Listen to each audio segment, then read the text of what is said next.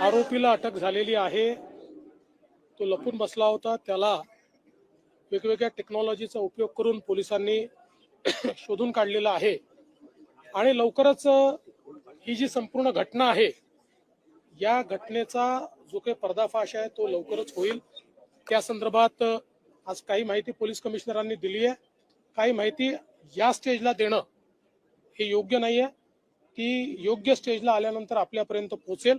पण नेमका घटनाक्रम काय आहे तो कसा घडलाय या संदर्भातली सगळी माहिती आपल्याला मिळेल. 3 वेळा आत्महत्येचा प्रयत्न केल्याची माहिती समोर येते आरोपीकडून, 3 वेळा तब्बल. त्यामुळे अक्षय शिंदे प्रकरणासारखी पुनरावृत्ती या प्रकरणात होऊ शकते का?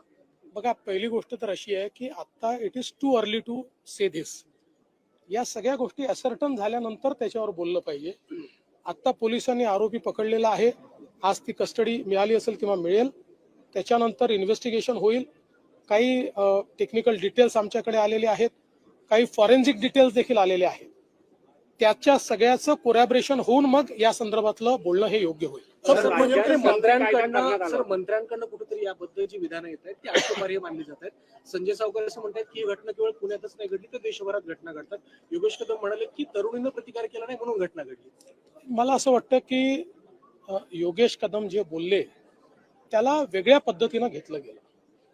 योगेश कदम जे बोलण्याचा प्रयत्न करत होते त्यात माझा स्वतःचा असा समज आहे की ते सांगण्याचा प्रयत्न करत होते की हा क्राऊडेड एरिया आहे, लोक होते, ही बस काही आतमध्ये नव्हती, ही बाहेरच होती, पण लोकांना प्रतिकार होताना त्या ठिकाणी लक्षात आला नाही असं सांगण्याचा त्यांचा प्रयत्न होता. तथापि ते नवीन आहेत, यंग मिनिस्टर आहेत, काही करण्याचा प्रयत्न करतात. त्यामुळे मी त्यांना हा सल्ला देईल की अशा प्रकरणात बोलताना थोडं अधिक सेन्सिटिव्ह आपल्याला बोललं पाहिजे. कारण बोलताना काही चूक झाली तर त्याचा समाज मनावर एक वेगळ्या प्रकारचा परिणाम होतो.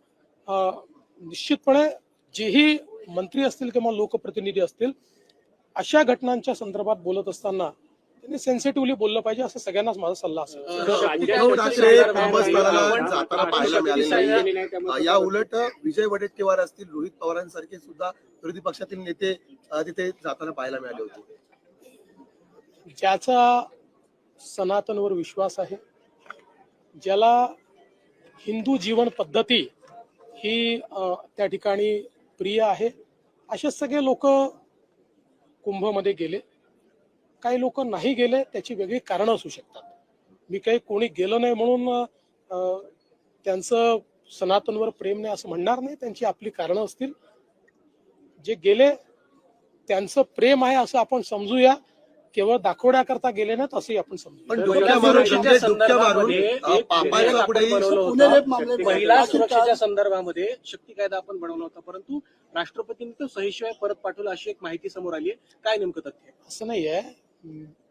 शक्ती कायदा जो आपण तयार केला होता तो अनेक कायद्यांचा अधिक्षेप करणारा कायदा होता आणि त्याच्यामध्ये मेजर जो केंद्रीय होम विभागाने त्या ठिकाणी काही ऑब्जेक्शन घेतले होते. त्यामध्ये सुप्रीम कोर्टाचे काही निर्णय होते ज्या निर्णयावरही तो अधिक्षेप करत होता. त्यामुळे तो अधिकार राज्याला नाही, म्हणून याच्यामध्ये काही बदल हे करण्याची आवश्यकता होती.